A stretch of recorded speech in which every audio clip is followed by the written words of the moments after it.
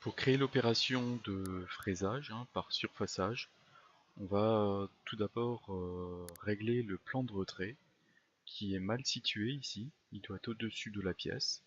Donc je vais l'éditer et je vais mettre une valeur 200.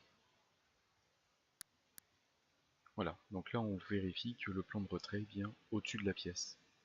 Ensuite, donc sous fraisage surfaçage, je choisis un outil de diamètre, donc une fraise de diamètre 18.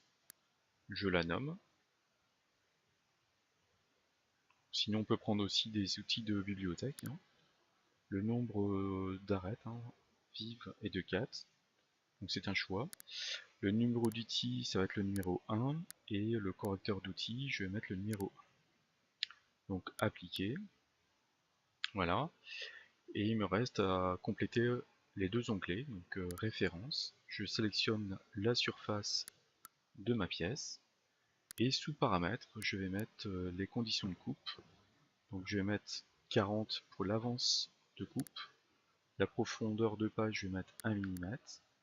Le décalage de passe, je vais y mettre 8, comme c'est une fraise de diamètre 18. La distance de sécurité, je vais mettre 2 mm.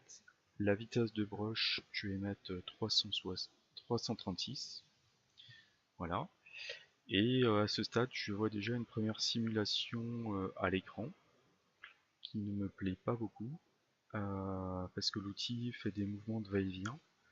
Donc ça travaille à la fois en avalant et en opposition. Donc je vais mettre une direction ici dans le type de balayage. Voilà. Je vais régler encore le dépassement. Donc je vais mettre 10 pour le dépassement, pour que l'outil approche par rapport au brut de manière décalée.